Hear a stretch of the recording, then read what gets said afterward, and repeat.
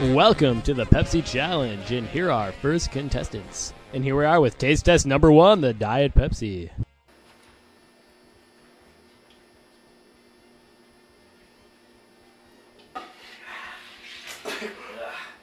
And the Diet Pepsi does not fare well. How about taste test number 2, the Diet Coke?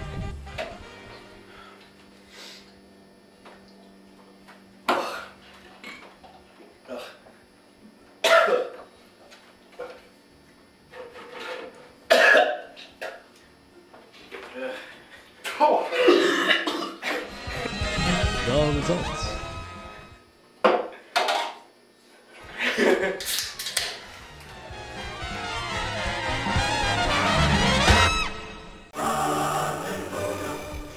Well, it's official. A&W tastes great.